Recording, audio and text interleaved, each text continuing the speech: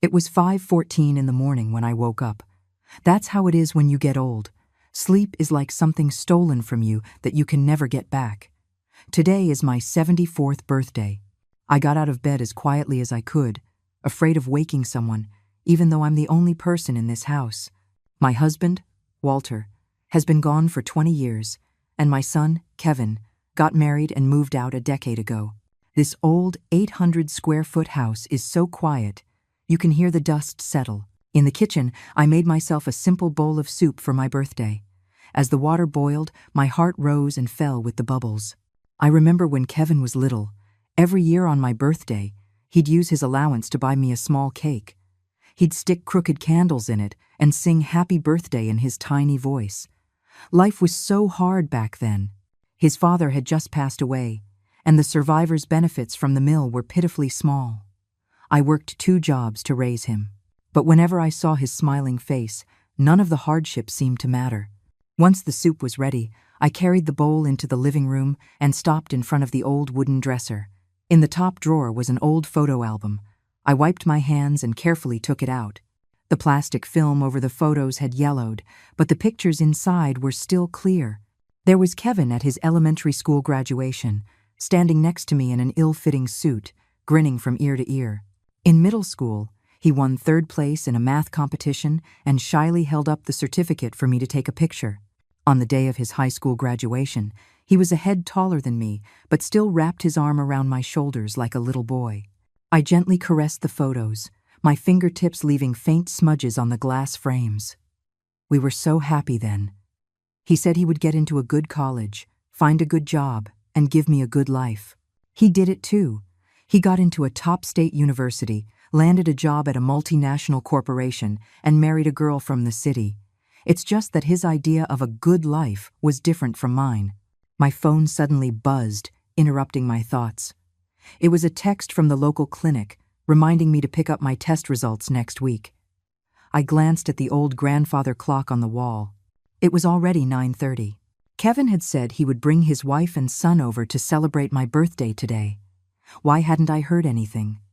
I picked up my phone, hesitated for a moment, and then dialed my son's number. It rang 7 or 8 times. Just as I thought no one would answer, the call connected. Hello? It was my daughter-in-law, Jessica's, voice. The background was noisy, like she was somewhere crowded. Jessica, it's me, I said, trying to make my voice sound cheerful. Is Kevin there? Oh, Mom. Her tone immediately cooled. Kevin's busy. What's up? My heart sank a little. It's nothing important. I was just wondering if you guys were still coming over today. Today? She paused for 2 seconds, and I could almost picture her rolling her eyes. Oh, geez, I don't think we can make it today. We have something really important going on over here. It's Jessica's dad's birthday, and the whole family is at a restaurant. I was stunned. Jessica's dad? My husband had been dead for 20 years. Then it hit me she was talking about her own father. Oh, I see, I said, trying to keep my voice from trembling. Well, you guys have fun. Maybe another time. Mom, look, I don't mean to be rude, Jessica cut in. But you're a grown woman. You can't be so dramatic about birthdays. You're not a kid anymore. Anyway, Kevin's calling me. I gotta go, bye. The line went dead, leaving me standing there, holding the phone. The sun was shining brightly outside, illuminating the new floral curtains I had bought just for today. I slowly put the phone down and walked to the kitchen. I looked at the food I had prepared. The beef stew, Kevin's favorite, the mac and cheese for my grandson, Leo. I even made the kale salad that Jessica likes. Now, all the food was cold, just like a certain part of my heart. For lunch, I ate some leftovers and put all the dishes I'd prepared into the refrigerator, one by one. In the afternoon, I sat on the balcony and knitted. It was a sweater for Leo. The last time he was here, he said he wanted a hand-knitted sweater like one of his classmates had. I was knitting it carefully, with tight, neat stitches. I was worried it wouldn't be fashionable enough, so I even went online to look up patterns that young people like these days. At 7 in the evening, my phone buzzed. It was a social media friend request from an unknown account. I opened it. The profile picture was a cartoon character, and the name was Leo's mom. I knew it was another one of Jessica's accounts. After I accepted the request, she immediately sent a video. I pressed play. It was a luxurious private dining room in a restaurant. A large happy birthday banner hung on the wall, and beneath it was a huge framed photo of Jessica's father in a sharp new suit, his face flushed and beaming. The camera panned across the dining table, which was laden with lobster, crab legs, and all sorts of expensive seafood. Finally, the camera settled on a family portrait. Jessica's parents were seated in the middle, with Kevin and Jessica standing behind them. My grandson, Leo, was in the front, holding up a peace sign. Everyone was wearing new clothes and smiling so happily. Beneath the video, Jessica sent a message. "See what a real family party looks like." I didn't reply. I put the phone down and went to get a drink of water. My hand was shaking so badly that I spilled half of it on my pajamas. At 10:30 that night, I was already in bed when my phone rang again. This time, it was a call from Jessica. "Mom, are you asleep?" Her voice was slurred with alcohol. In the background, I could hear Kevin clinking glasses with someone. I was about to. "What is it?" I asked calmly. "Oh, nothing. I just suddenly remembered. Today's your birthday too, right?" She giggled. "So sorry, we totally forgot. But you're not really part of our family, so it's normal to forget, right?" A burst of laughter erupted in the background. I clearly heard Kevin's voice. "Honey, who are you talking to?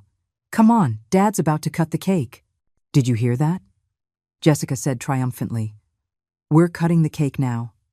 A huge, 3-tiered cake, special ordered from a fancy French bakery. Too bad you can't have any." I closed my eyes and took a deep breath. "Well, you all have a good time." "Ugh, you're no fun," she said, sounding annoyed by my reaction. "Always playing the victim. Whatever, I'm not talking to you anymore. We have to take pictures." The call ended. I sat there in the darkness, completely still. Moonlight slipped through a crack in the curtains, drawing a pale line on the floor. I slowly got up, went to the study, and turned on the desk lamp. From the back of a drawer, I took out a notebook. I opened it to the first page and wrote down today's date. Then, I wrote for a long time, recording everything. How Kevin came home less and less after he went to college. How he almost never called me on his own after he started working. How, at his wedding, Jessica wouldn't let me give a speech. How, when Leo was born, they put me in the farthest corner of the hospital room. One thing after another, like counting the wounds on my own body. When I wrote the last word, I closed the notebook and looked at the clock on the wall. It was 1:20 in the morning. At that moment, I made a decision. If you say I'm not family, then there are some things you don't deserve to have. When the early morning sun filtered through the sheer curtains, I had already been sitting at my desk for 2 hours. The notebook lay open in front of me, its pages filled with my dense handwriting. I rubbed my sore eyes, closed the book, and put it back in the deepest part of the drawer. In the kitchen, I made myself a strong cup of tea. The leaves unfurled in the boiling water, like memories slowly waking up. I took the mug out to the balcony and watched the elderly people doing their morning exercises below. Mrs. Martinez from the next building was doing Tai Chi with her daughter, who carefully matched every move to her mother's rhythm. I took a sip of tea, the bitter taste spreading across my tongue. Mrs.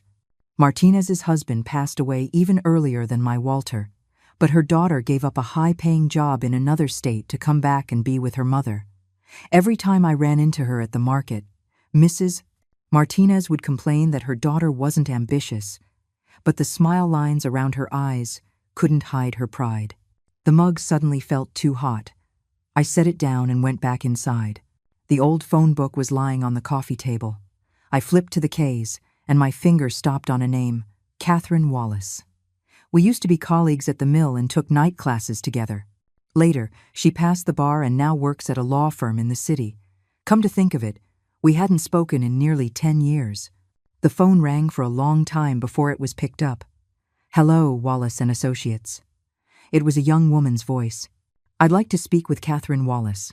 Please tell her Eleanor is calling. One moment, please."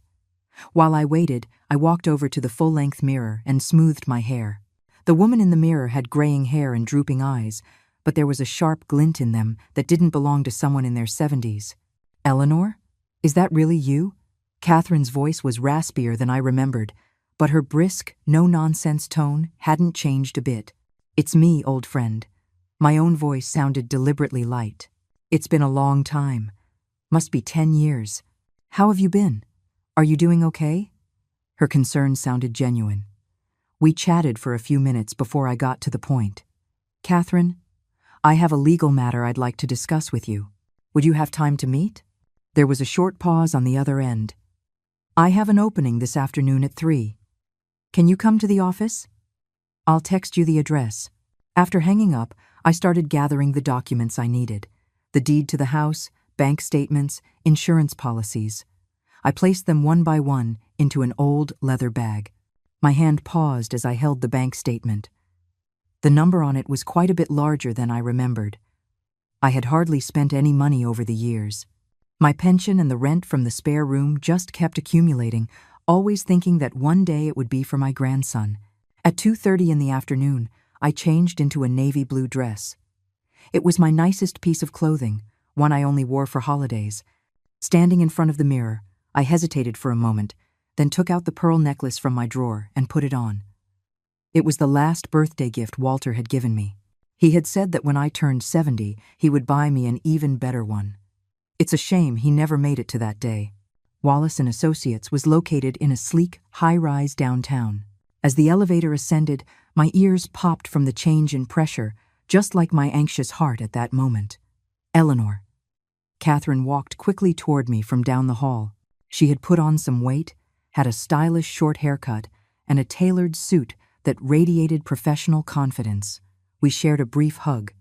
She wore a light perfume that smelled expensive. Her office was spacious and bright, with floor-to-ceiling windows that offered a panoramic view of the city. A cup of hot tea was placed in front of me. Catherine sat across from me, her hands clasped on the desk. "So," she said, "what's the trouble?" I took a sip of tea, choosing my words carefully. "I want to get my will in order." Her eyebrows raised slightly. "It's perfectly normal to be thinking about that at this age. Are there any special requests?" "My assets are simple, just the house I live in and some savings," I said slowly. "I want to know, if I don't want to leave my property to my legal heir, what are my options?" Catherine's eyes narrowed. She put down her pen. "You're having problems with your son."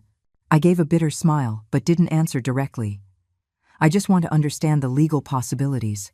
According to inheritance law, you can freely dispose of your personal property through a will," she said, her tone becoming professional and calm. "However, your legal heir, your son, can contest it in court if he believes the will infringes on his rightful share." "What is a rightful share?" "Generally, no less than 2/3 of what he would inherit by law." She paused. "Eleanor, what happened between you and your son?" The sunlight outside suddenly seemed blinding. I blinked my sore eyes. "He forgot my birthday but threw a huge party for his father-in-law. My daughter-in-law called to tell me I'm not part of their family." Catherine's expression softened. "Kids can be thoughtless sometimes."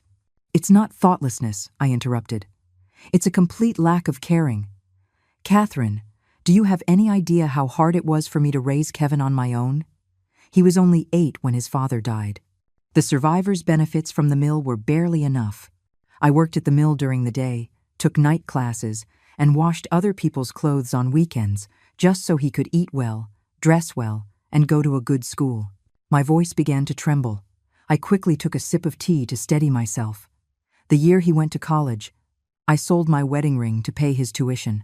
Now he makes 6 figures a year, but he can't even remember my birthday." Catherine was silent for a long time. Finally, she sighed.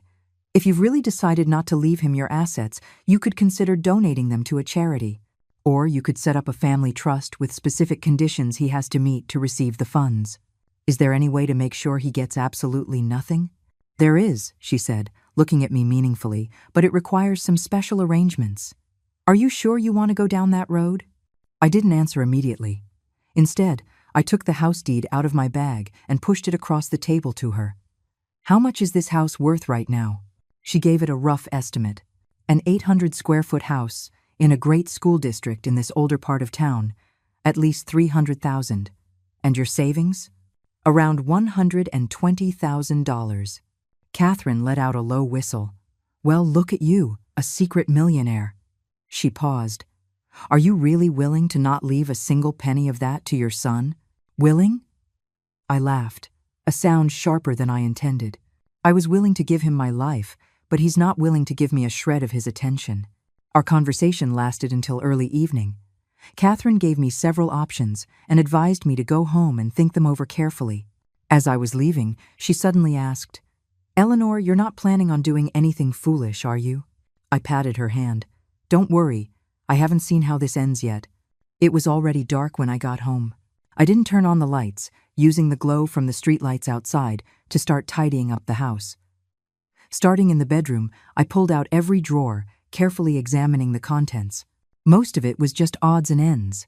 Faded old photographs, expired medication, half-used notebooks. In the bottom drawer of the wardrobe, I found an old tin box with a Hershey's logo on it. I stared at it for a moment. This was Kevin's treasure box from when he was a boy. He always used to hide his favorite little trinkets inside. I sat on the floor and opened the box with trembling hands. Inside were a few glass marbles, a rusty spinning top, some old postage stamps, and at the very bottom, a piece of paper folded into a small square. I carefully unfolded it. The paper had yellowed, and the pencil writing was faint, but I could still make it out. I promised to be a good son when I grow up and take care of Mom. I will buy her a big house and take her on trips so she never has to suffer again. If I am not a good son, let me turn into a little dog. Kevin, May 10th, 1990. It was from a Mother's Day assignment his third-grade teacher had given. I remember that day. He came running home, all excited, and mysteriously stuffed the paper into my hand, insisting that I read it out loud in front of him. After I finished reading, he threw his arms around me and said, Mom, I promise I'll do it. Tears welled up unexpectedly, falling onto the paper and blurring the childish handwriting. I frantically tried to wipe them away with my sleeve, but it only smeared the words more. Just like our relationship, the more I tried to fix it, the more broken it became. I carefully folded the paper, put it back in the box, and continued cleaning. The books in the study, the dishes in the kitchen, the toiletries in the bathroom. I made a list, noting where each item would go, some to be donated, some to be kept, some to be taken with me. At 1 a.m, I collapsed onto the bed, exhausted but unable to sleep.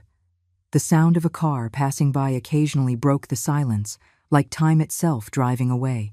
I remembered when Kevin had a high fever in middle school, and I carried him on my back for 2 miles to the hospital. I remembered waking up at 4 every morning to make him soup before his college entrance exams. I remembered his wedding day, sitting in the very last row, watching him kiss his bride under the spotlight. No one introduced the quietly weeping old woman as the groom's mother. My phone vibrated suddenly. It was a text from the local community center, reminding me that a staff member would be visiting tomorrow morning for a senior wellness check. I replied, received, then turned off the phone and lay in the darkness with my eyes open until dawn. When the community center worker arrived, I was on the balcony watering my pothos plants. The doorbell rang 3 times before I heard it, and I nearly tripped over my slippers rushing to open the door. Hi, Mrs. Eleanor? I'm Chloe from the Community Service Center. A young woman in her 20s stood at the door, her hair in a ponytail, carrying a backpack. Her smile was as bright as the Sunday. Sorry to bother you. I'm just here for a routine visit. I let her in and poured her a cup of tea. Chloe took a tablet and some forms out of her bag and began asking about my living situation while taking notes. The questions were standard: health condition, daily activities, any difficulties. Mrs. Eleanor, does your son visit you often? She asked suddenly. My fingers paused on my teacup. He's busy with work. He doesn't come back often. But with technology being so convenient now, you must talk on the phone every day, at least, Chloe said, her eyes bright with the righteousness of youth. We talk once a week, I lied.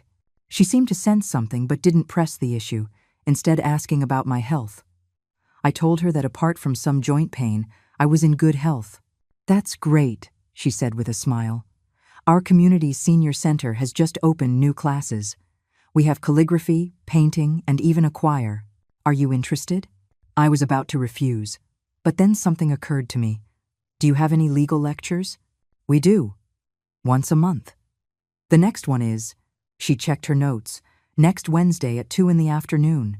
It's about protecting the rights of senior citizens. I'll think about it, I said. Before leaving, Chloe gave me a business card. My number is on here. It's on 24 hours a day. Call me anytime if you need anything. After closing the door, I leaned against it and let out a long sigh. That girl was too sharp. I almost let my guard down. I went back to the study to continue my massive decluttering project. At 3 in the afternoon, I called a real estate agent's office. The agent who answered was a young man with a booming voice. When he heard I wanted to get my house appraised, he was incredibly enthusiastic and scheduled a visit for the next morning. After hanging up, I stood in the middle of the living room, looking around. This house was part of the subsidized housing from the old mill. After Walter passed, the company took care of us and gave us this unit, the one in the best location. 2 bedrooms, 1 living room, with windows facing north and south. It was old, but it got great light. Kevin grew up here, from elementary school through high school. The walls used to be covered with his awards. After he went to college, I couldn't bring myself to tear them down, not until the wallpaper turned yellow and started to peel.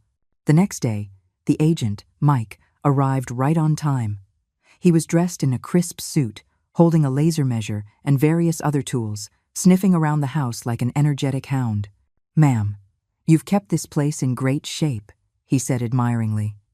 "It's an older building, but you can't beat the location. The top elementary school is right across the street. Parents are fighting to get into this school district." I followed him from room to room, listening to his non-stop analysis of the market.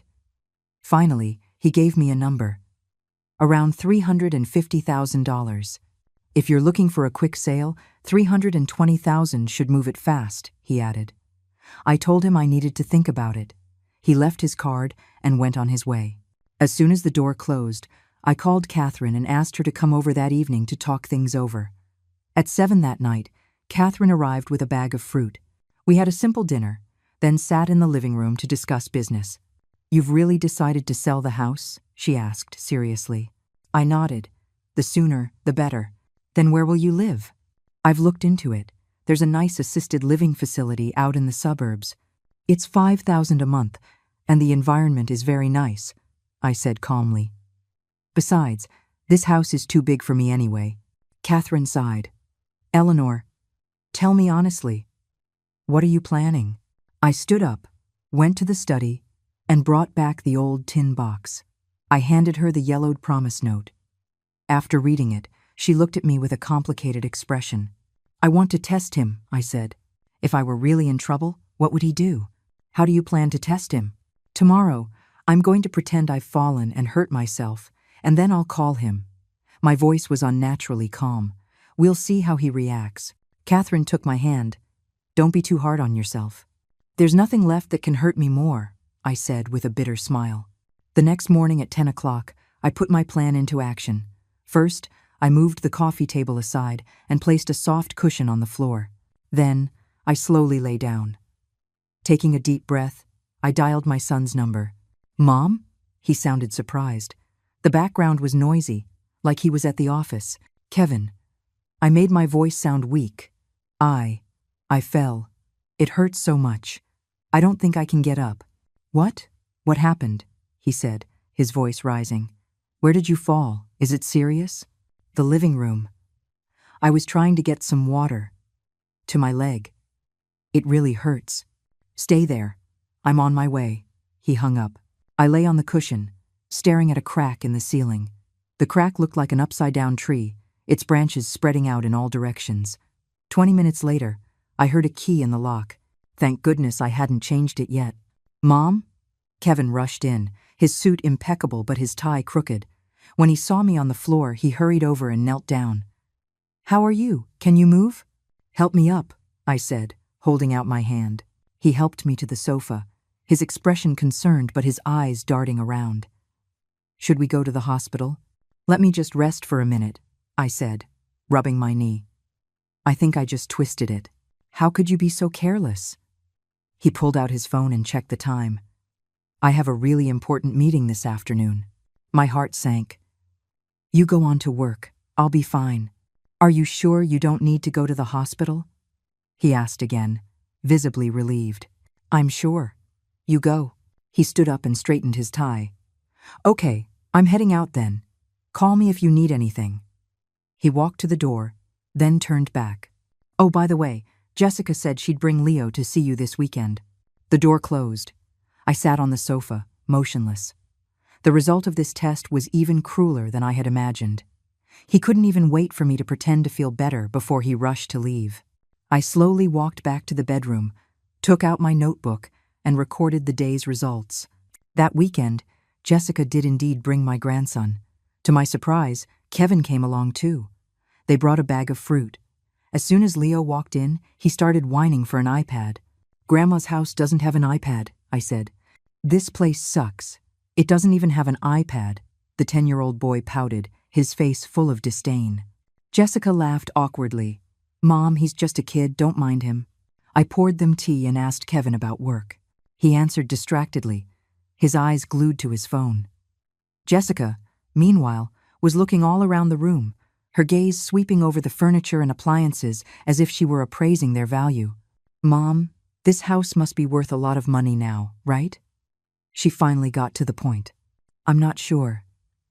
It's an old house, I said dismissively, but it's right across from that top elementary school. A house in this school district is a hot commodity, she said, her eyes lighting up. Kevin and I are thinking about getting a bigger place. If we sold your house, with our savings, we could afford a house in the suburbs. Her voice was filled with excitement. And then we could have you come live with us. I glanced at Kevin. He was still staring at his phone, tacitly approving his wife's proposal. The assisted living facility is very nice. There are people to take care of you, and other people my age, I said. Oh, but that would sound so bad. Like we're not good children, Jessica said with a fake smile. Besides, it's not safe for you to live alone at your age. You fell today. What if tomorrow? Is that why you came today? To talk about this? I cut her off. The room fell silent. Leo was jumping on the sofa, throwing the cushions everywhere. Jessica feebly scolded him, then turned back to me. Mom, just think about it. We'll find the best facility for you, and the money from selling the house. I'll think about it, I said, standing up. The conversation was over. As they were leaving, Leo didn't even say goodbye. He just ran for the elevator. Kevin lingered at the door for a moment. Mom, don't overthink it. We're just trying to do what's best for you. I know, I said calmly. Drive safe. The moment the door closed, I called Catherine. Find me a buyer. The faster, the better. The next day, I went to the public library and looked up information on various charities. On my way home, I passed a construction site. On the fence was a poster for a school fundraising initiative, the Green Mountain Elementary School project. There was a contact number on it. I wrote it down. That evening, I dialed the number. A man with a gentle, middle-aged voice answered. He introduced himself as Mr. Evans, the principal of the Green Mountain Project. I told him I wanted to donate money for the school's construction. He was so excited he could barely speak, insisting on visiting me in person to thank me. 3 days later, Principal Evans came to my house. He was a tall, thin man in his 50s, with tanned skin and rough hands, clearly someone who spent a lot of time in rural areas. I made him tea. He sat awkwardly on the edge of the sofa, holding the teacup without taking a sip. Ma'am, you might not understand our school's situation, he said earnestly. We're in one of the most remote mountain areas. Half of our 200 students are children left behind by parents who work in the cities. The school building is 30 years old. The roof leaks when it rains, and it's drafty in the winter. How much do you need to build a new school? I asked directly. He was taken aback. A preliminary estimate is around $200,000. But you don't have to. I'll donate $300,000, I said. $200,000 for the new building, and the remaining $100,000 to set up a scholarship fund. Principal Evans's hand trembled, and tea sloshed onto his pants, but he didn't seem to notice. Ma'am, this is too generous. Wouldn't you like to visit the school first? I will, I said, but not right now. After he left, I stood on the balcony watching the sunset. The sky was painted orange-red, the clouds like burning flames. I remembered when Kevin was little, we used to watch the sunset together like this.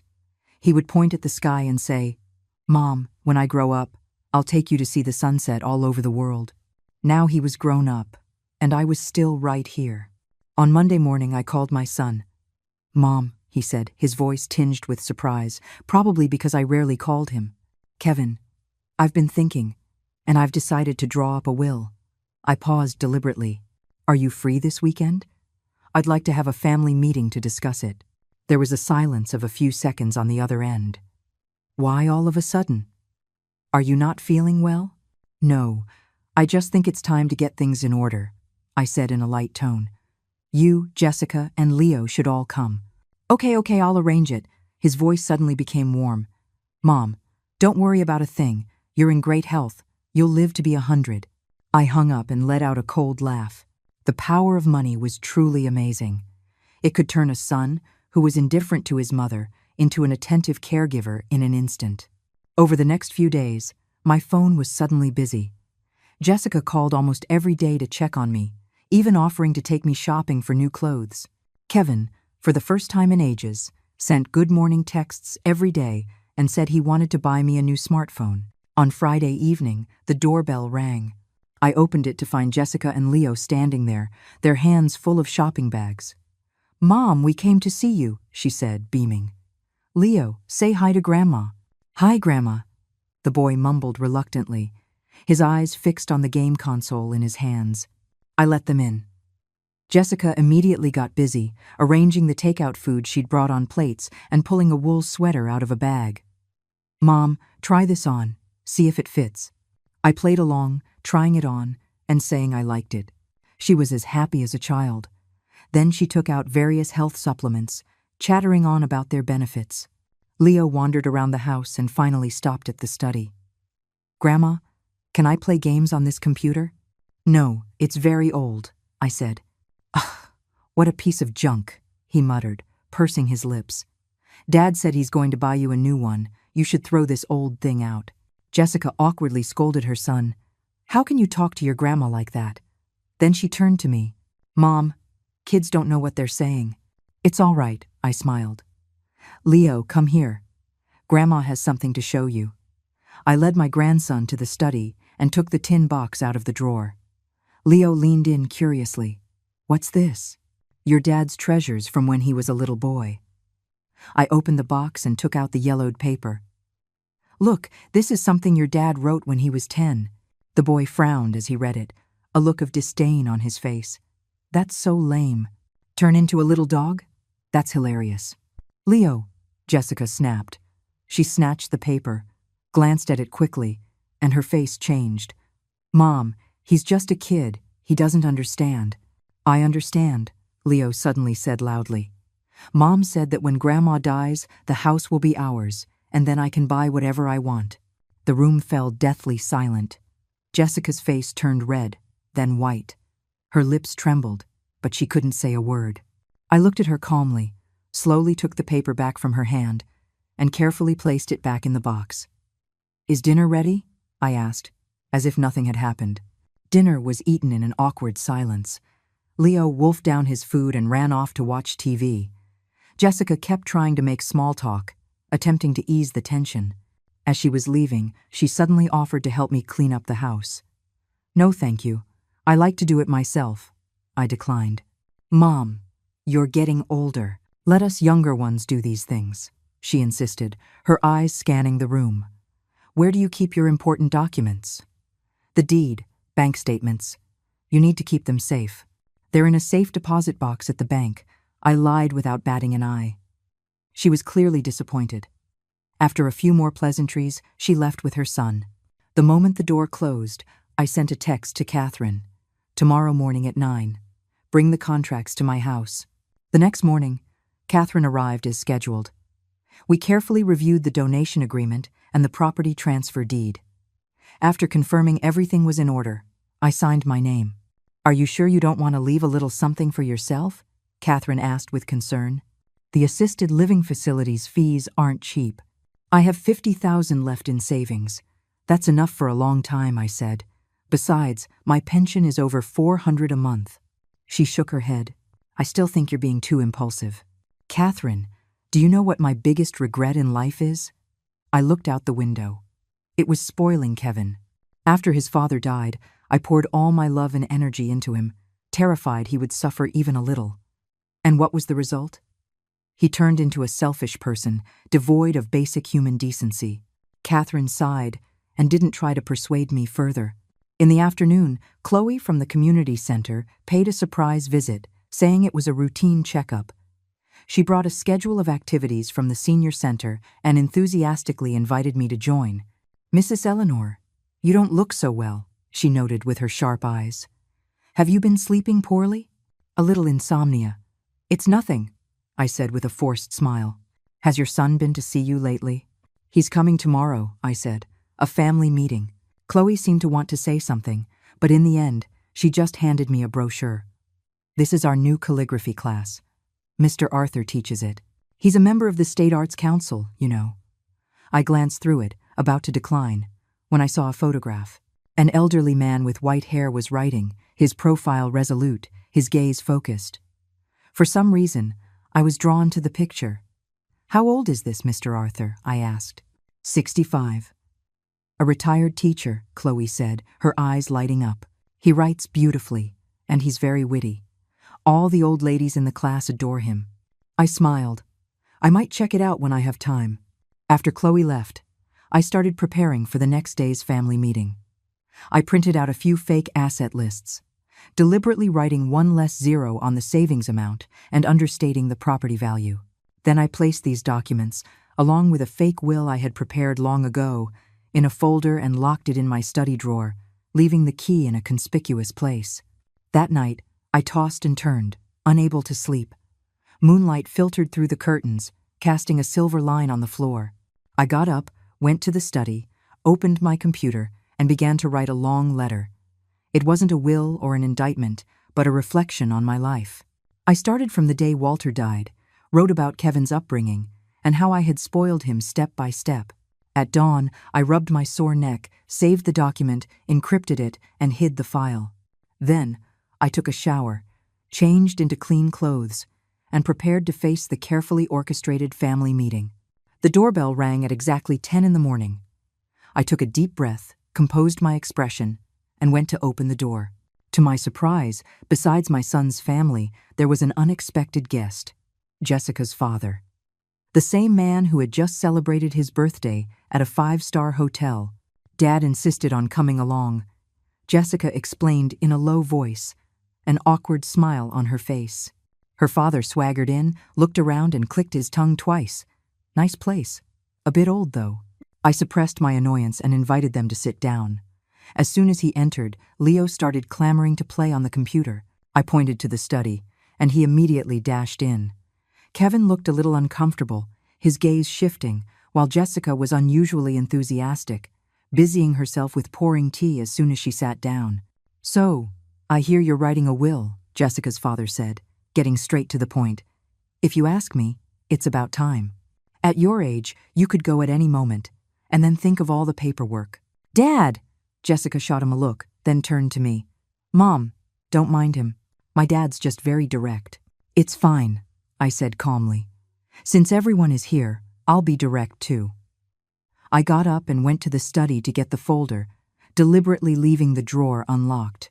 When I returned, I saw Jessica's eyes following the folder in my hands, a greedy light shining in them. This is a list of my assets and a draft of my will, I said, placing the folder on the coffee table. You can take a look. 3 pairs of hands reached for the documents at the same time, like hungry beasts pouncing on their prey. They flipped through the pages eagerly. I watched them with a cold detachment, noticing Kevin's frown when he saw the savings amount, Jessica's disappointed expression at the property valuation, and her father's dismissive pout. Mom, you only have $12,000 in savings? Kevin couldn't help but ask. Yes, medical bills have been expensive these years, I said without changing my expression. And the house is only valued at $200,000? Jessica's voice rose. A similar unit across the street just sold for $300,000. That one was renovated. This old house isn't worth as much, I said flatly. Jessica's father suddenly interjected. There's a problem with this will. Why are you donating all the savings to some children's foundation? Leaving the house to Kevin is right, but you should add Jessica's and Leo's names. This is my will. I have the right to decide, I said calmly but firmly. The room fell silent. Leo ran out of the study, shouting, Grandma's computer is so lame it can't even install any games. Be quiet! Jessica snapped at her son, a rare occurrence. She then turned to me, forcing a smile. Mom, don't be hasty. We can discuss this further. There's nothing to discuss. I stood up. You've seen the documents. I'm going to the notary's office next week. Kevin suddenly grabbed my hand. Mom, are you mad at me? I know I've been busy lately and haven't had time to see you. Yes, Mom, Jessica chimed in. We were planning to ask you to move in with us. We've even been looking at houses, with a garden. You'd love it. I watched their clumsy performance with a cold smile in my heart. Just then, the doorbell rang. I went to open it. It was Chloe, the community worker, and behind her stood an elderly man with white hair. Mrs. Eleanor, sorry to bother you, Chloe said with a smile. Mr. Arthur heard you were interested in calligraphy and came to personally invite you to tomorrow's activity. The man from the photo, Mr. Arthur, extended his hand slightly. Ma'am, a pleasure to meet you. I'm Arthur. I was stunned for a moment, then recovered. Oh, please, come in. Although I have guests at the moment. Oh, no, we won't stay. We just wanted to drop off the invitation, Chloe said, handing me an elegant card. Tomorrow morning at 9, at the community center. We hope to see you there. After they left, I returned to the living room to find the atmosphere had turned strange. Kevin and Jessica were exchanging glances, while her father looked disdainful. Mom, who was that? Kevin asked tentatively. Community workers and the calligraphy teacher, I answered briefly. Jessica suddenly laughed. Mom, don't tell me you have a new gentleman caller? That Mr. Arthur looked quite dapper. What nonsense are you talking? Her father snapped. She's in her 70s. It's embarrassing to be involved in things like that. I was shaking with anger, but I forced it down. Please leave. Mom, my dad didn't mean it like that, Jessica said, trying to smooth things over. Leave, I repeated, my voice ice cold. They reluctantly gathered their things. As he was leaving, Kevin turned back and said, Mom, the company's having some trouble. I need some money to get through it. How much? I asked directly. 50,000. No, 30,000 would be enough, he said, a glimmer of hope in his eyes. I don't have that much. You just said you have 12,000 in savings, he said eagerly. That's my retirement money. Mum, I'm your son. He suddenly raised his voice. If the company goes under, we won't even have money for Leo's private school. I looked at his distorted face and suddenly felt a wave of exhaustion.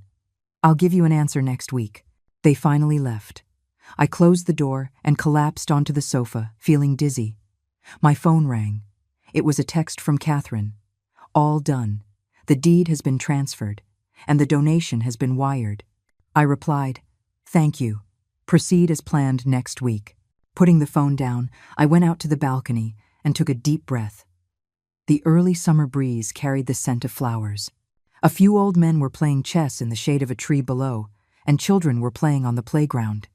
It seemed like an ordinary day, but it was the beginning of a turning point in my life. The next day, I went to the community center as planned. The calligraphy class had already started. A dozen or so seniors were focused on their work. When Mr. Arthur saw me, he smiled and came over. Ma'am, welcome. I've prepared a brush and ink for you. I sat down, feeling a bit awkward, and picked up the brush. I hadn't written in years, and my hand was a little shaky. Mr. Arthur stood behind me and gently corrected my posture. Relax your wrist. Calm your heart. Strangely, under his guidance, I did slowly calm down. The scent of ink filled the air as the brush left black marks on the rice paper. I wrote a simple 5-character poem. Mr. Arthur looked at it and praised it repeatedly. Ma'am, you have a gift, he said to the other students. Look at the strength in these strokes, the solid structure. After the class, Mr. Arthur offered to walk me home. On the way, we chatted. It turned out he was also widowed and had a daughter living abroad who rarely came back. Children have their own lives, he said lightly, a flicker of sadness in his eyes. We old folks have to learn to find our own joy. His words resonated with me. When we reached my building, he suddenly said, "Ma'am, forgive me for asking, but is something on your mind?" I was taken aback. "Why do you ask?" "There's a sense of finality in your writing," he said thoughtfully, especially in the final 2 words, "farewell." The force of it went right through the paper. I managed a weak smile. "You're overthinking it, Mr. Arthur." He nodded and didn't press further, but he left me his phone number. "Call me any time if you need anything." Over the next few days, I was busy with paperwork. The property transfer, notarizing the donation agreement, making an appointment at the assisted living facility, everything proceeded in an orderly fashion. Catherine helped me find a remote but beautiful facility, and I prepaid for a year. On Friday evening, I received a call from Kevin. His voice was anxious. "Mom, have you thought about the money? The company really can't wait. Come to my house tomorrow morning. We'll talk," I said. After hanging up, I started packing, taking only necessary clothes and a few personal items, leaving everything else as it was. Finally, I put the long letter and a copy of my real will into an envelope, wrote "to my dear son" on it, and placed it in my desk drawer. The next morning, Arthur called unexpectedly, asking if I was coming to the calligraphy class. I declined, saying I had something to take care of at home.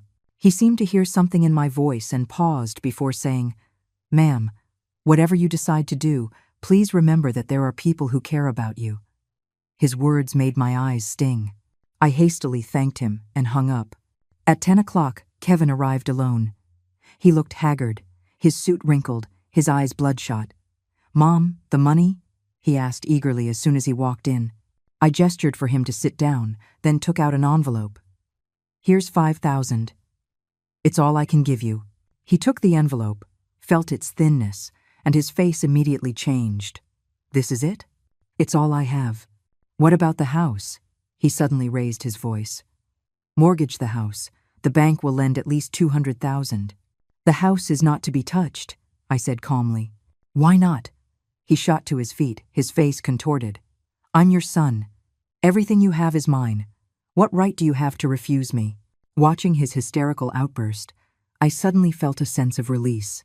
This was the son I had raised with all my heart and soul, a complete and utter egoist. "Kevin," I said softly, "do you remember a promise note you wrote when you were 10? He was stunned. "What promise note?" "You said that if you weren't a good son when you grew up, you would turn into a little dog," I said with a bitter smile. "It seems you'd rather be a dog." "What the hell did you just say?" he roared, grabbing a vase from the coffee table and smashing it on the floor. "You old hag. If my company goes under, I'll make sure you don't have a good life either." I watched his tantrum calmly. When he finally stopped, panting, I said slowly, "You can go now." "You just wait," he said viciously. "I'll get a lawyer and sue you. Your money, that house, it's all mine. The law says so." He slammed the door on his way out, the force of it shaking the picture frames on the wall. I sat amidst the wreckage and suddenly started to laugh. What he didn't know was that the house was no longer mine, and my savings were nearly gone. He would get nothing. In the afternoon, I called a taxi and quietly left with 2 suitcases.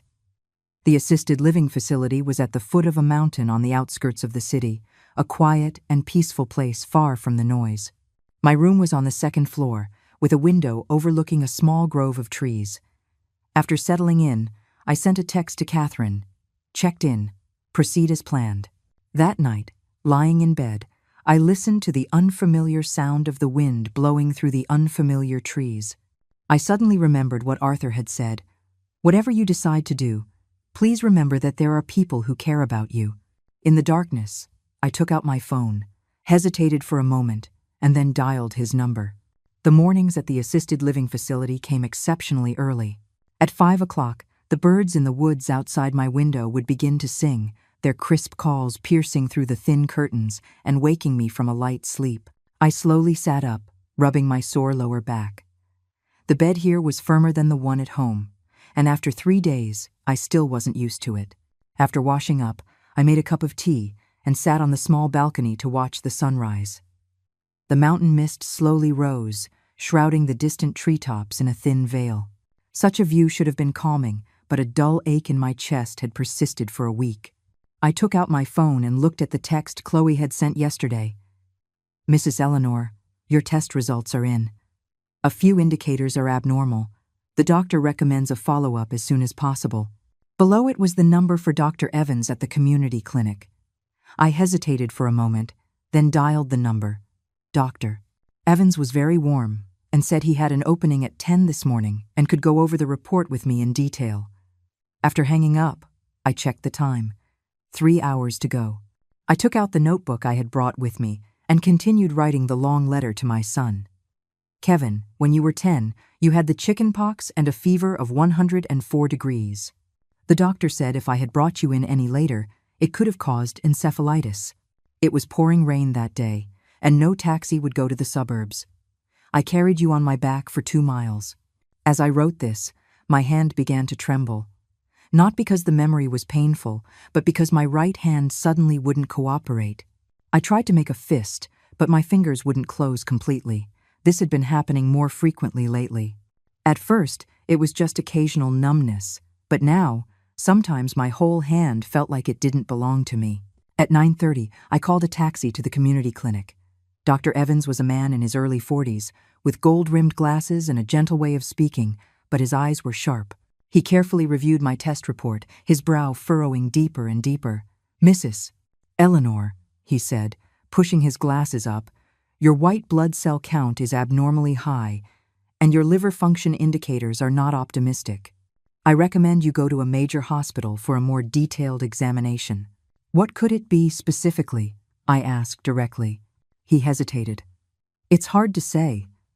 We need more tests to be sure. I've already contacted Professor Davis at City General Hospital for you. You can go directly to the internal medicine department to see him tomorrow at 9 in the morning." Leaving the clinic, I didn't go straight back to the facility. Instead, I went to a nearby park. It was late spring, and the flowers were in full bloom. A few elderly people were playing with their grandchildren, their laughter filling the air. I sat on a bench, watching them, and was suddenly reminded of when I used to bring Kevin here as a child. He was so small then, always calling Mommy, Mommy, now. My phone rang, interrupting my thoughts. It was an unknown number. "Hello, is this Mrs. Eleanor?" It was Arthur, the calligraphy teacher, his voice warm. "Chloe told me you went to the clinic today. Is everything all right?" I was a bit surprised that he would call. "It's nothing, just a routine checkup. You didn't come to class today. Everyone missed you." He paused. "I happened to be nearby. Would you like to have lunch together?" I was about to refuse, but my stomach growled at that exact moment. I realized I had only had a cup of tea that morning. "All right," I said. "I'm not familiar with this area. You pick the place." Half an hour later, we met at the park's west gate. Arthur was wearing a light gray shirt today, looking sharp and energetic. He took me to a quiet Cantonese restaurant and ordered a few light dishes. "You don't look well," he said bluntly after the food arrived. "The test results weren't ideal," I said, picking at a piece of steamed fish, slowly removing the bones. "The doctor recommended I go to the general hospital for a follow-up." He nodded and didn't ask any more questions. We talked about other things: calligraphy, poetry, amusing stories from the senior center. He was knowledgeable and witty.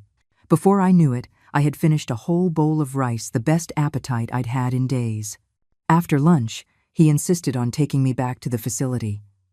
On the way, we passed a pharmacy. I suddenly remembered something and asked the driver to stop. "I need to buy some painkillers. Please wait a moment," I said to Arthur. The pharmacist recommended several common painkillers, and I chose the most expensive one. As I was about to pay, a hand stopped me. Arthur picked up the box, carefully read the ingredients, and shook his head. "This one is very hard on the liver. You'd be better off trying this." He chose another herbal medicine. I was a bit surprised. "You know about medicine?" "Before I retired, I was a professor at the medical school," he smiled. "I taught anatomy." This unexpected revelation made me see him in a new light. On the way back to the facility, we talked about his career. It turned out he had taught at a top medical university for over 30 years, published hundreds of papers, and had even been a visiting scholar at Harvard. Then why teach calligraphy after retiring? I asked curiously. It's been a hobby since I was a child, he said. Medicine was my profession. Calligraphy is my passion. The car stopped at the entrance of the facility. He insisted on walking me to my room. As we passed the activity room, several residents greeted him warmly. He seemed to be very popular here. You're going to City General tomorrow? He asked at my door. I nodded. I can go with you. I know a few old colleagues there. I wanted to refuse, but a sudden wave of dizziness made me grab the doorframe for support. Arthur quickly steadied me by the arm. Are you all right? Just a little tired, I said with a weak smile. I'd appreciate your help tomorrow. The next morning, Arthur was waiting for me in the lobby. He was wearing a dark blue suit today, looking especially formal. City General was some distance from the facility. In the car, he told me he had already made the arrangements, so we wouldn't have to wait. You really don't have to do all this, I said, feeling indebted. It's no trouble at all, he said lightly. When we arrived at the hospital, we were indeed led directly to Professor Davis's office. A series of tests took up the entire morning. Professor Davis told us to come back at 3 in the afternoon for the results. Let's get some lunch, Arthur suggested. We had a simple meal at a small restaurant near the hospital. He tried to make light conversation, but my mind was elsewhere. The dull ache in my chest was becoming more pronounced. At exactly 3 o'clock, we returned to Professor Davis's office. He looked at the test results with a grave expression, then looked up at me. Ma'am, the situation is not optimistic. Just tell me straight, I said calmly. Late-stage liver cancer. It has already spread to the lungs. He pushed a CT scan across the desk, pointing to the shadows on it. Here and here. These are all tumors. I stared at the black and white images. They suddenly looked like a series of mocking, grimacing faces, taunting my very existence. How long do I have? I heard myself ask, my voice surprisingly steady. With aggressive treatment, maybe a year. Without treatment, 3 to 6 months. Professor Davis hesitated. Considering your age and physical condition, I would recommend palliative care, focusing on managing the pain. Arthur's hand rested gently on my shoulder, warm and firm. The car ride back to the facility was silent. The sun was setting, casting a golden glow on my hands through the car window. They were already covered in age spots, the skin loose like wrinkled paper. I suddenly realized that these hands would never be smooth and young again. Ma'am, Arthur started to say. Call me Eleanor, I said. Thank you for being with me today. Eleanor, he corrected himself. Is there anything I can do to help? I looked at the fleeting scenery outside the window. Keep this a secret, especially from Chloe. He nodded, then asked a question that surprised me. Does your son know? I don't have a son, I said calmly. He wisely didn't press the issue. By the time the car stopped at the facility, it was already dark. He insisted on walking me to my room and even went to the cafeteria to get me a container of hot porridge. Eat something, he said, placing it on the small table. I'll come see you tomorrow. After he left, I sat on the edge of the bed, staring at the porridge for a long time. The steam slowly dissipated, and a thin film formed on the surface, just like my life, slowly cooling and congealing.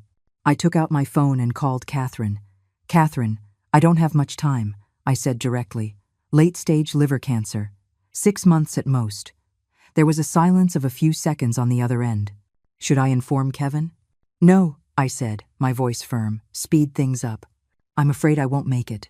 The donation paperwork is complete. The elementary school is holding a groundbreaking ceremony next week. They've invited you to attend. I'll be there, I said. One more thing. Find me a reliable lawyer. I need to make sure Kevin can't undo these donations. After hanging up, I opened my laptop and continued writing the long letter. This time, I wrote quickly, as if racing against death itself.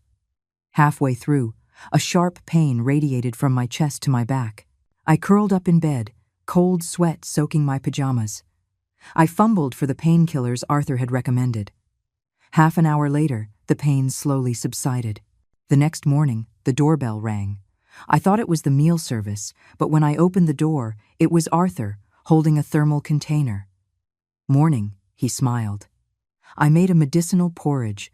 It's good for the liver." I let him in.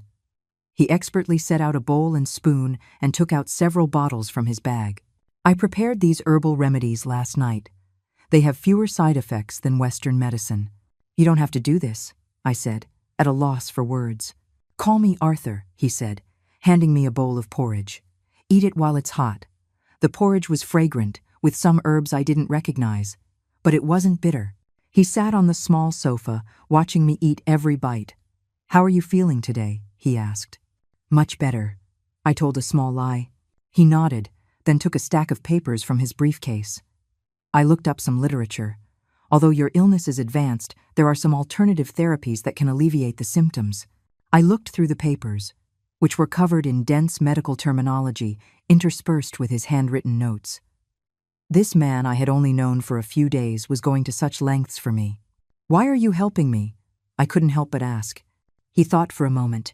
"My wife passed away 10 years ago. It was also cancer. At the time, there was no one to help her. I was away, teaching abroad." His voice caught. "Seeing you, it reminds me of her." I didn't know what to say, so I just lowered my head and continued to drink the porridge. He got up and adjusted the curtains, letting in more sunlight. For the next few days, Arthur came every day, sometimes with medicinal meals, sometimes just to walk with me. At his suggestion, I started to log the time and intensity of my pain, and he adjusted the medication accordingly. Gradually, I grew accustomed to his companionship. A week later, Principal Evans from the mountain school called to say the groundbreaking ceremony was scheduled for Wednesday morning and asked if I could attend. I agreed and asked Arthur to accompany me. On Wednesday morning, I put on my nicest clothes and even a touch of lipstick. When Arthur saw me, his eyes lit up. "You look very sharp." The journey took 2 hours. We arrived at Green Mountain Village. It was even more remote than I had imagined, with winding mountain roads and a dilapidated village. The elementary school was at the entrance to the village, a few rows of low-slung buildings with peeling paint and plastic sheeting over the windows that rattled in the wind. Principal Evans and a group of teachers and students were waiting at the gate to welcome us. When he saw me get out of the car, he rushed over excitedly. "Ma'am, you really came." The children, holding bouquets of wildflowers, looked at me shyly. Most of them were wearing ill-fitting, old clothes, some with holes in their shoes, but their eyes were bright with curiosity. The groundbreaking ceremony was simple. Principal Evans described the plans for the new school building and then invited me to say a few words.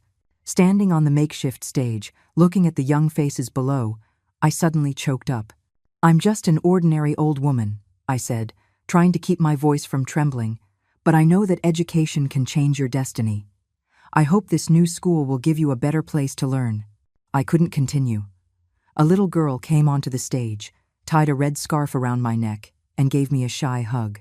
In that moment, I was suddenly reminded of Kevin's first day of elementary school, when I had tied his red scarf just like that. After the ceremony, Principal Evans gave us a tour of the school. The classrooms were dark and damp. The desks and chairs were old and broken, but the walls were covered with the children's colorful drawings and crafts. "It gets especially cold here in the winter," Principal Evans said, pointing to a rusty iron stove. "The children take turns bringing firewood from home to burn." My gaze fell on the pile of firewood in the corner, and a wave of sadness washed over me.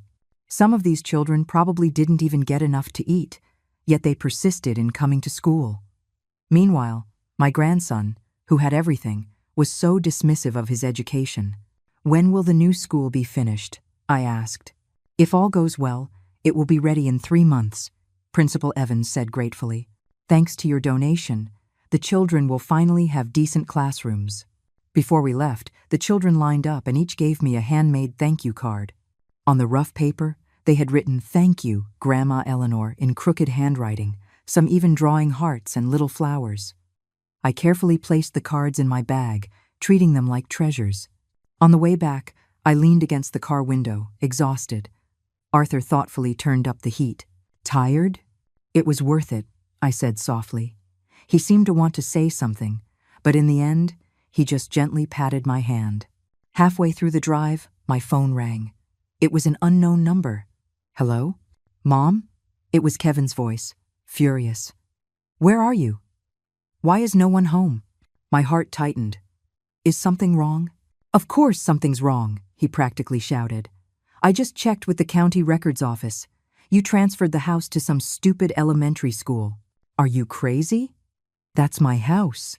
I took a deep breath. It was my house. I had the right to do what I wanted with it. You just wait. I'm coming to find you right now, he said viciously and hung up. I held the phone, my fingers trembling slightly. Arthur looked over with concern. Need help? No, I said with a weak smile. Just drive. He nodded and didn't ask any more questions, but I noticed the car was going faster. It was late when we got back to the facility. He insisted on walking me to my room and even heated up a cup of milk for me. Call me if you need anything, he said before he left. I live in the teacher's building on the east side. It's very close. I thanked him, closed the door, and immediately called Catherine. She told me that Kevin had already been to see her, threatening to sue to have the donation revoked. Let him sue, I said with a cold laugh. All the documents are notarized. He can't win. Just as I hung up, the doorbell rang again. I thought Arthur had forgotten something, but when I opened the door, it was Kevin, his suit disheveled, his eyes bloodshot. Mom? He pushed the door open and stormed in. What the hell are you trying to do? I backed away, the dull ache in my chest starting up again. I've made myself very clear. Clear about what? He roared, spittle flying from his mouth. Giving away hundreds of thousands of dollars to strangers while your own son is having a financial crisis. Do you know my company is about to go bankrupt? Do you know Leo might have to change schools? I looked at him calmly, at his hysterical face, and he suddenly seemed like a complete stranger. This was the son I had raised with such hardship, a man who cared only about money. Kevin, I said, walking to my desk and taking out the notebook that documented his various cruelties. Look at this. He took it suspiciously, flipped through a few pages, and his face grew darker and darker. You've been writing all this down? Since you started college, I said calmly. Every time you disappointed me, I wrote it down. At first, it was to remind myself not to be too demanding. Later, I gave a bitter smile. Later, it was just to prove to myself that I wasn't being too sensitive. He flipped through the pages rapidly, then slammed the book shut. So this is revenge? Just because I forgot your birthday a few times? No, Kevin, I said, sinking wearily into my chair. This isn't revenge. It's liberation. I'm tired. I can't love you anymore. Don't give me that crap. He threw the notebook on the floor. I don't care what your reasons are. You're going to reverse those donations right now. Or else what? I looked up at him. Sue me? I'm dying, Kevin. Late-stage liver cancer. I have 6 months. Tops. Do you think a court is going to care about a dead woman's property dispute? He froze, the anger on his face hardening into a comical expression. You're lying. The diagnosis is in the drawer. See for yourself. He mechanically pulled open the drawer, found the report, and stared at it for a long time. When he looked up again, there was no sadness in his eyes, only calculation. Mom, if that's the case, you should be leaving your property to me. I can take care of you. That won't be necessary. I cut him off. The facility is very nice. I have people to take care of me. The money, it's been donated. Not a penny left, I said calmly. Except for what I've prepaid for my funeral, I've left nothing. His face twisted. You'd rather give it to those poor people than to your own son and grandson? Those poor people know more about gratitude than you do. I pointed to the thank you cards peeking out of my bag. They call me Grandma Eleanor.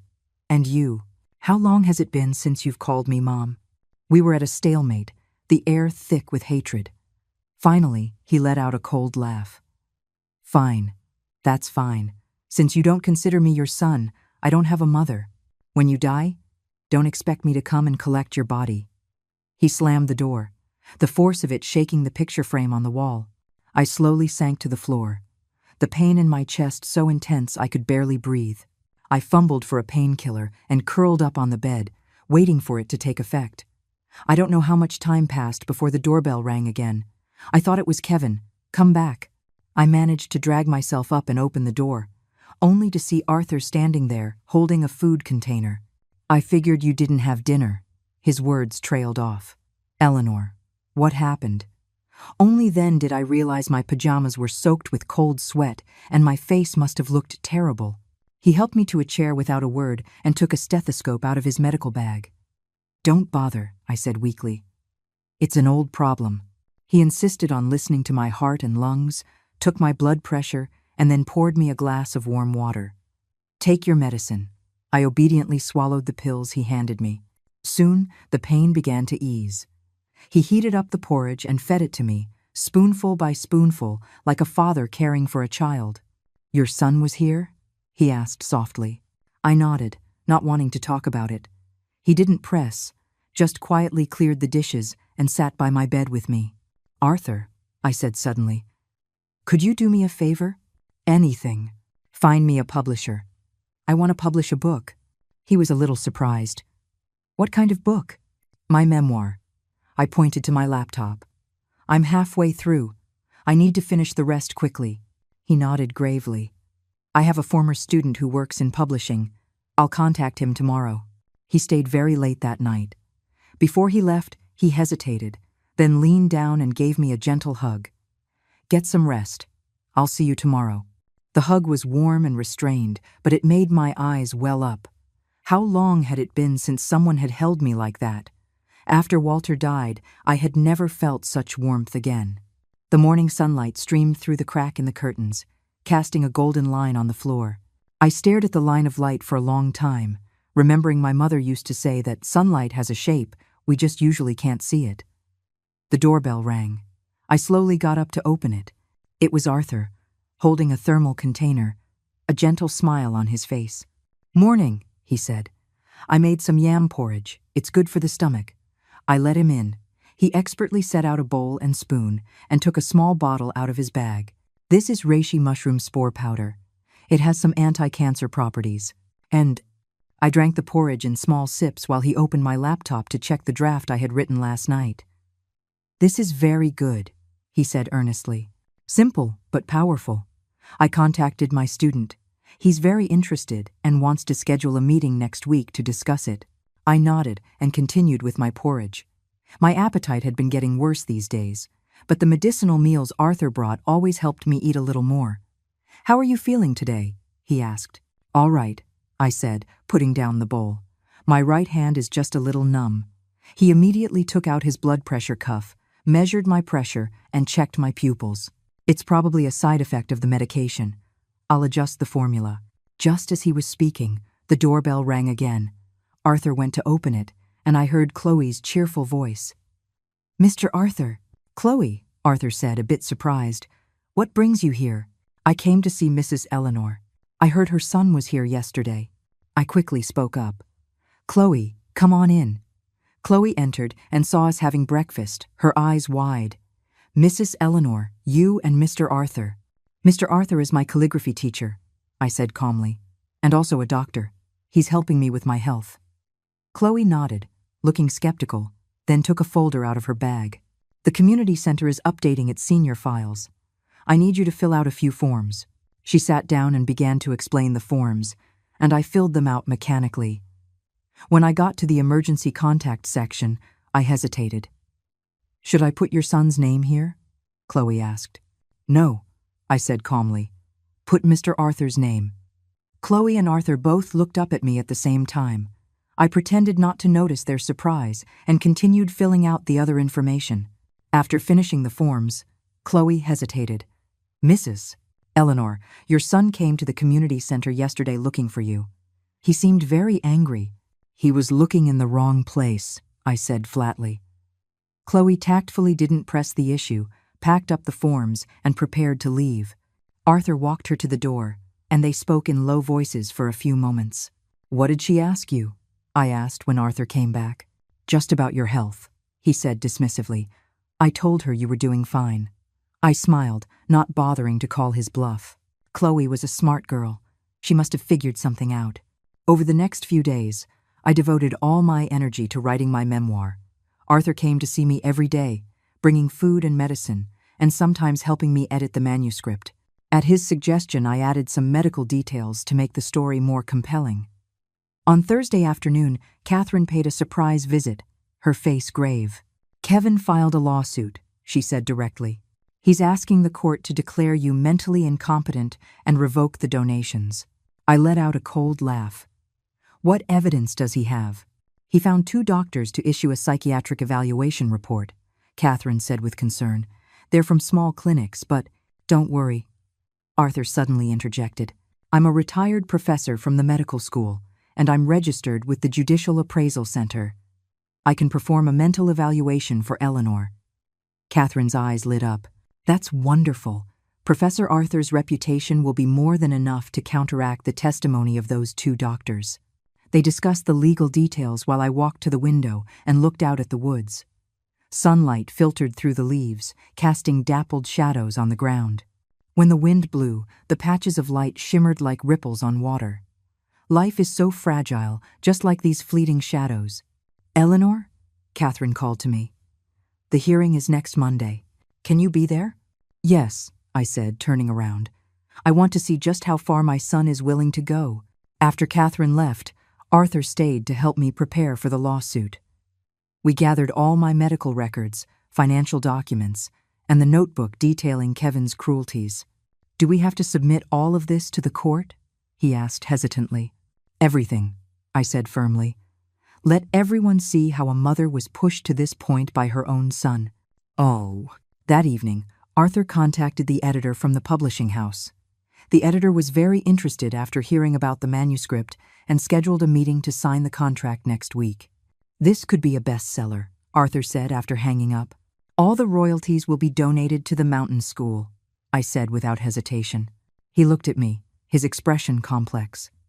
"You're really not leaving anything for yourself?" "I need very little now," I said, pointing to my medicine box. "A few painkillers are enough." He was silent for a moment, then suddenly said, "Eleanor, I want to help you fulfill one last wish." "What wish?" "Anything you've wanted to do but haven't," he said earnestly. "Travel? See someone?" I thought for a moment. "I want to take a nice photograph." He was taken aback, then smiled. "That's easy. I know a good photographer. I'll arrange it for tomorrow." The next day, Arthur brought a young female photographer. She carefully applied light makeup for me, styled my hair, and brought several elegant silk dresses for me to choose from. While she was taking the photos, Arthur stood behind her, constantly making me laugh. "Excellent," the photographer said, looking at the prints. "Mrs. Eleanor, you have a beautiful smile." I looked at the photos. They were indeed good. The wrinkles on my face were still there, but my eyes were bright, and the curve of my lips was natural and soft. It was the first picture of me genuinely smiling in years. "Thank you both," I said sincerely. The weekend was peaceful and fulfilling. Arthur walked with me in the facility's garden, helped me revise my manuscript, and sometimes we just sat quietly, each reading our own book.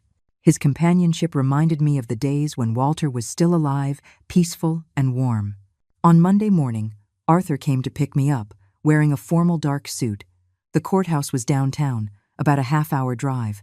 Catherine was already waiting at the entrance and rushed over when she saw us. "There's a change of plans," she said in a low voice. Kevin hired a high-profile lawyer and brought the media. I followed her gaze and saw several people who looked like reporters, holding cameras and microphones. "Don't worry," Arthur said, squeezing my hand. "I'm here." The courtroom was small but solemn. Kevin and Jessica sat at the plaintiff's table. When I entered, Kevin's gaze flickered for a moment before hardening again.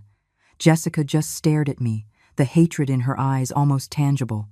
The judge was a middle-aged woman with a stern face. She banged her gavel and declared the court in session.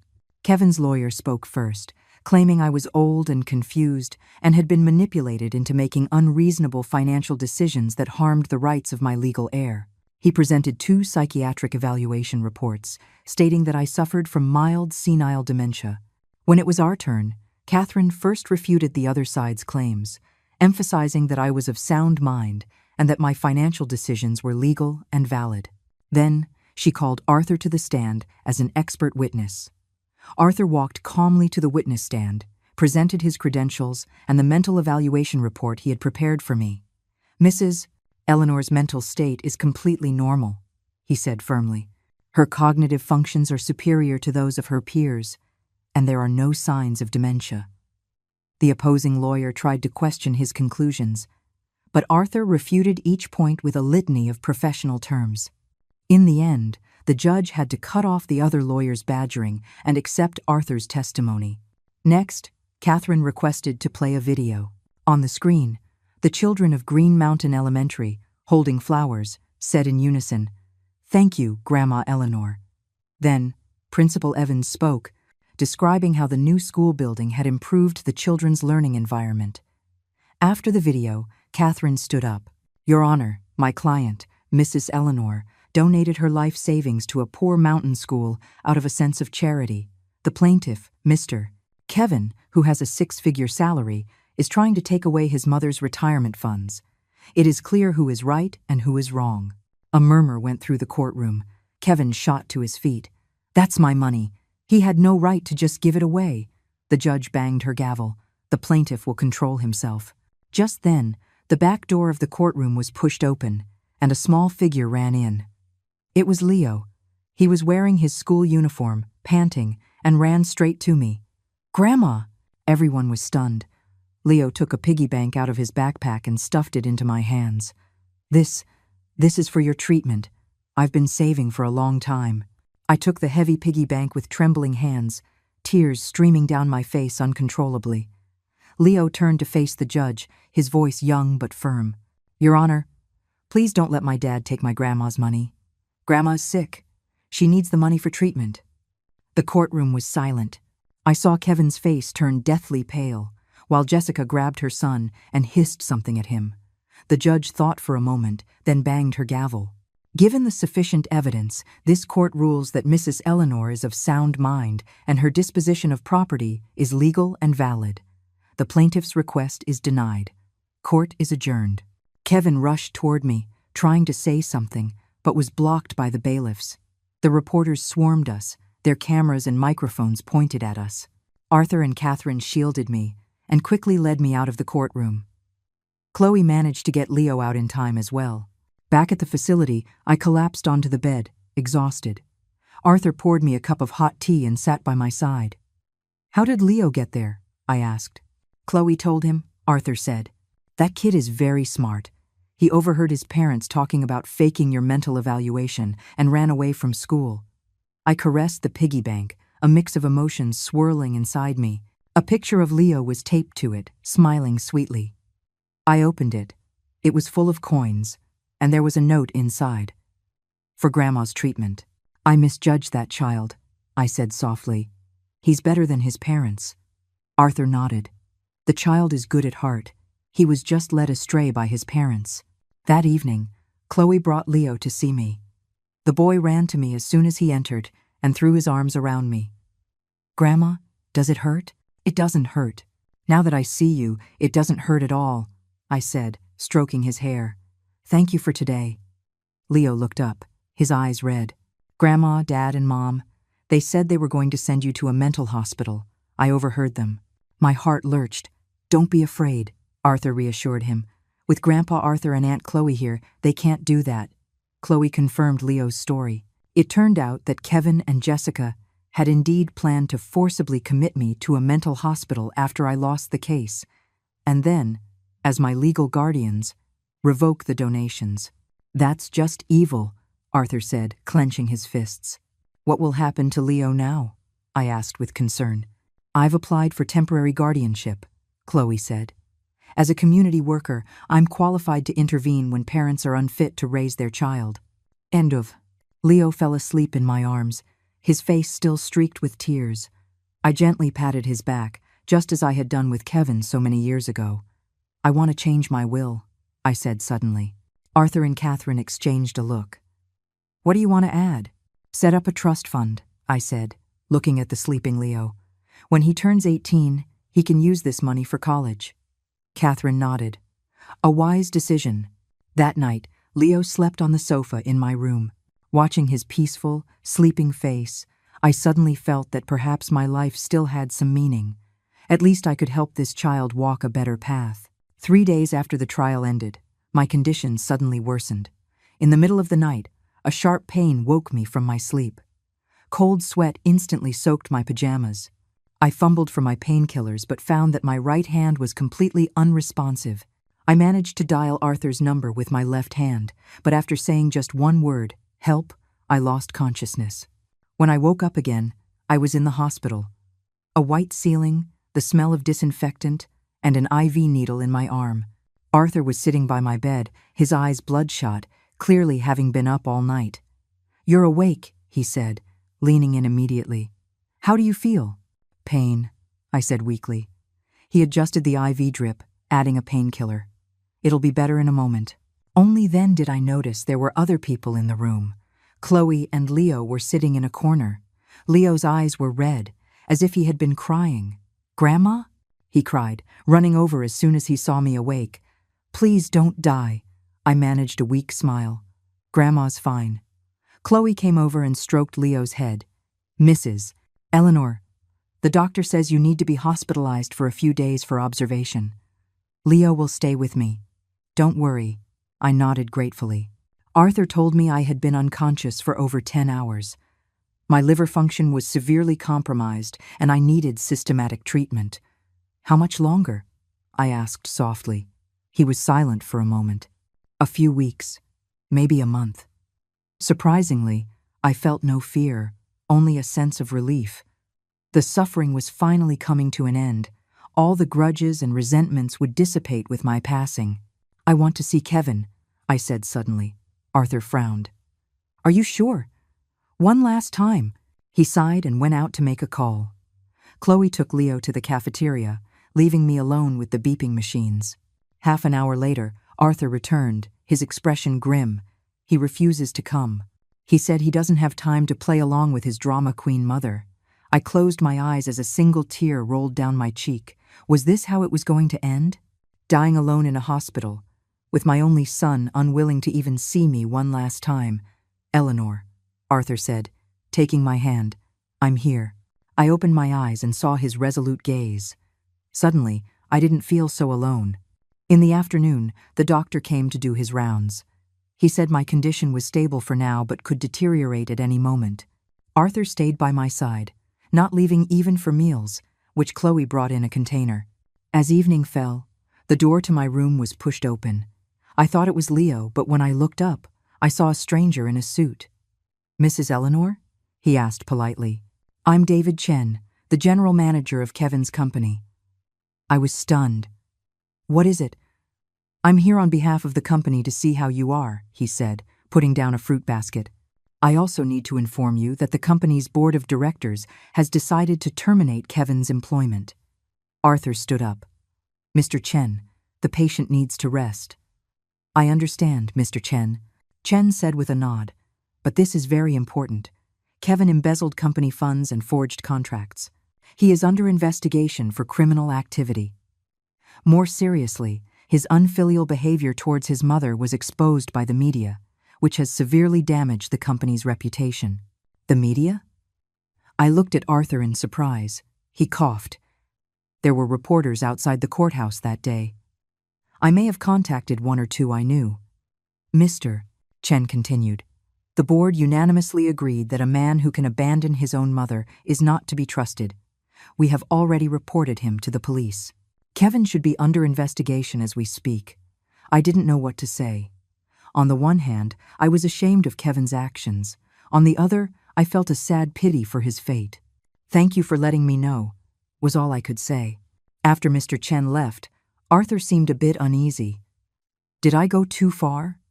I shook my head. He brought this on himself. That evening, Chloe brought Leo. The boy ran to my bedside and gently touched my hand. "Grandma, does it hurt?" "No." I managed to smile. "How was school today?" He chattered on about school, saying Chloe had bought him a new backpack and taken him for a burger. Looking at his smiling face, I suddenly felt that perhaps my passing wouldn't be all regret. At least this child might now have a chance to walk a different path. Over the next few days, my condition fluctuated. Arthur practically lived at the hospital, his clean clothes brought by Chloe. The editor from the publishing house came to the hospital to sign the contract, promising to publish my memoir as soon as possible. A week later, it was a beautiful morning. The sun shone warmly into the room. I felt surprisingly energetic and was even able to sit up and drink some porridge. Arthur helped me comb my hair and read me some amusing articles from the newspaper. "The weather is so nice today," I said, looking out the window. "I'd like to go for a walk." He hesitated. "I'll ask the doctor." The doctor reluctantly agreed to let me go to the garden in a wheelchair for half an hour. Arthur carefully wrapped me in a blanket, while Chloe followed with the IV drip. The hospital's small garden was in full bloom, the air filled with the scent of flowers.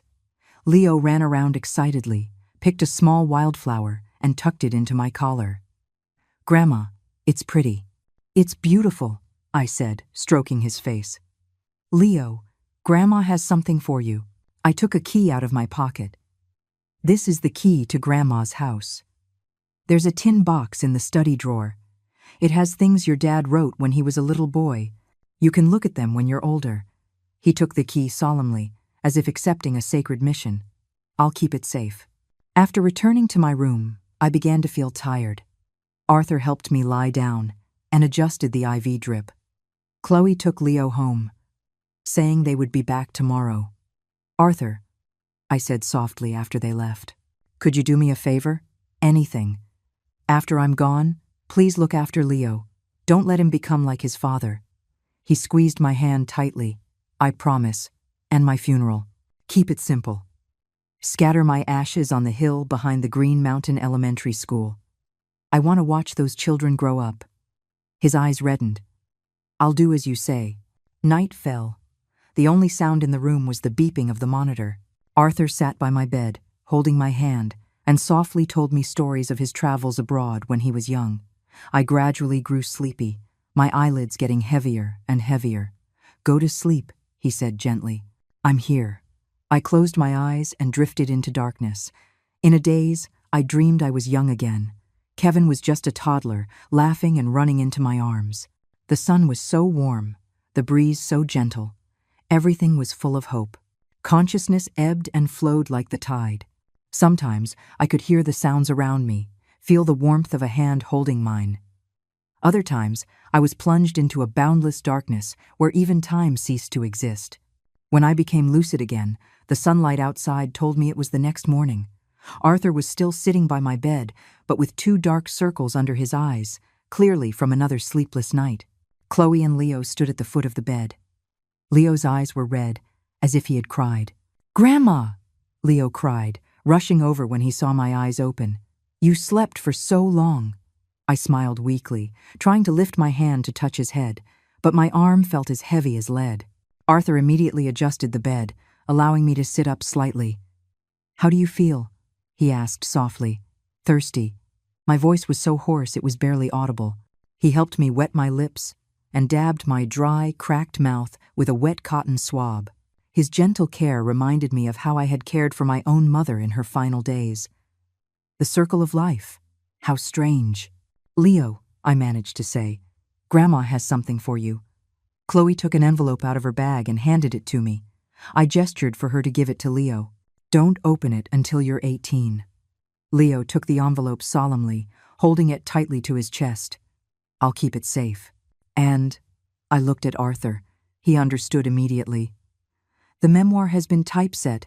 It will be on sale next week. The publisher has decided to title it The End of Love.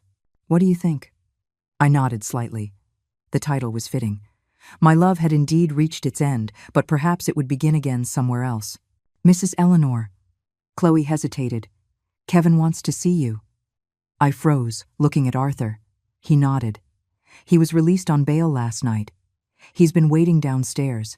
The police found that most of the embezzled funds were spent by Jessica, so the charges against him were reduced." I closed my eyes. A wave of pain washed over my chest, not physical pain, but the familiar ache of being hurt by someone you love. "Let him come in," I finally said. A few minutes later, the door was gently pushed open. Kevin stood in the doorway, his suit wrinkled, his hair a mess, his eyes bloodshot. He looked 10 years older. "Mom." His voice trembled. I didn't respond, just watched him quietly.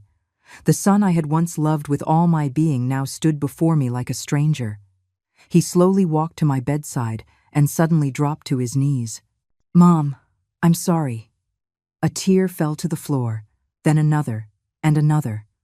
His shoulders shook violently, like a child who had done something wrong. "I was wrong. I was so wrong," he choked out, his voice thick with sobs. "I was blinded by money. I let Jessica lead me around by the nose. I forgot everything you did for me." I remained silent. Years of hurt could not be erased with a few words of apology, but watching him weep, the ice around my heart cracked just a little. "Leo needs a father," was all I said in the end. He looked up, his face streaked with tears. "Mom, can you forgive me?" I didn't answer his question. Instead, I looked at Leo. "Show your father the promise note." "Oh." Leo took the key out of his pocket. "Dad, Grandma said there's a tin box in the study drawer." Kevin took the key with a trembling hand, then suddenly covered his face and began to cry even louder. He remembered. The tin box, the yellowed paper, the innocent and solemn promise of a 10-year-old boy. He reached for my hand, but I gently pulled away. "It's too late, Kevin," I said softly. "My love has run out." His expression froze, as if he had been struck by lightning. Perhaps he thought a few words of apology could fix everything, just like when he was a child and a little whining could earn him forgiveness. But this time was different. His mother's love had finally run dry. "No, Mom," he said, shaking his head. "Give me a chance, I beg you." I closed my eyes wearily. Arthur immediately stepped forward. "The patient needs to rest. Please leave for now." Kevin wanted to say more, but Chloe was already leading Leo out. He had no choice but to follow. After the door closed, I let out a long sigh, as if a great weight had been lifted from my shoulders. "Do you regret seeing him?" Arthur asked softly. I shook my head. "He needs to face his choices." In the afternoon, the doctor came to do his rounds. His expression was grave. He asked to speak with me alone, but the medical jargon was meaningless to me now. I knew my time was short. "Arthur," I said after the doctor left, "help me record a video." He took out his phone and adjusted the angle. I smoothed my hair and smiled calmly at the camera. "Kevin, Leo," I began slowly. "When you see this video, I'll be gone." I talked for a long time about memories, regrets, and hopes. Finally, I said to Leo, "Grandma loves you. I hope you grow up to be a kind person." And to Kevin, "As for your father, forgive him. He's not a bad person at heart, just lost." After recording the video, I was exhausted. Arthur helped me save the file and set it to send automatically after my passing. As night fell again, Arthur insisted on staying with me. I couldn't argue, so I let him. In the middle of the night, I was suddenly seized by a sharp pain, and breathing became difficult. The monitor let out a piercing alarm. Doctors and nurses rushed in, beginning emergency procedures. As the pain peaked, strangely, I felt a sense of release. Scenes from my life flashed before my eyes. Walter's gentle smile, Kevin learning to walk, the grateful eyes of the mountain children, Leo's innocent laugh, and finally, Arthur's tired but resolute face. "Arthur," I said, gripping his hand with the last of my strength. "Thank you." Then darkness washed over me like a tide, swallowing everything. 1 year later, on a hill behind Green Mountain Elementary School, a simple tombstone stood quietly. On it was a single line, Eleanor, 1949, 2023. A mother. It was spring, and a group of people came to visit the grave. At the front was Arthur. He looked a bit older than a year ago, with more white hair, but he was still full of spirit. Beside him was Leo. The boy had grown taller and was holding a bouquet of wildflowers. "Grandpa Arthur, can Grandma really see us?" Leo asked softly. "Of course she can," Arthur said, stroking his head. "She's watching you from heaven." Leo carefully placed the flowers in front of the tombstone, then took a stack of letters out of his backpack. "Grandma, these are letters from my classmates. The new school is beautiful, and we all love the books in the library." Arthur stood to the side, watching the boy earnestly read each letter to his grandmother, his eyes welling up. So much had changed in a year. Kevin and Jessica had divorced. Jessica took her share of the assets and moved abroad. Kevin, after losing his job, fell into a downward spiral of drinking. It was Leo's weekly visits that slowly helped him get back on his feet. The End of Love became a sensation after it was published, topping the bestseller list for 3 months. All the royalties, according to Eleanor's wishes, were donated to rural education, enough to keep Green Mountain Elementary running for 10 years. The media clamored to report the story, sparking a nationwide discussion on the rights of the elderly and the nature of family. "Grandpa Arthur?" Leo asked suddenly. "Did Grandma forgive Dad in the end?" Arthur thought for a moment. "I think so. But more than that, she wanted to see your father truly change." Leo nodded. He took out the envelope Eleanor had left for him. He had already opened it. Inside was a check and a letter, instructing him to use the money for college and to always remember to be a kind person. "Dad said he's coming to see Grandma next week," Leo said. "He got a new job as a supervisor at a construction site." "That's good," Arthur smiled. After paying their respects, they slowly walked down the hill. The sound of children reading aloud drifted from Green Mountain Elementary. The brand-new school building glistened in the sunday. At the school gate stood a stone tablet engraved with the words, "Donated by Mrs. Eleanor." Leo ran into the schoolyard to play with his classmates. Arthur stood before the stone tablet, gently tracing the 3 words. The wind blew, carrying the scent of flowers, like a gentle sigh. "Eleanor," he said softly, "do you see? Your love has no end."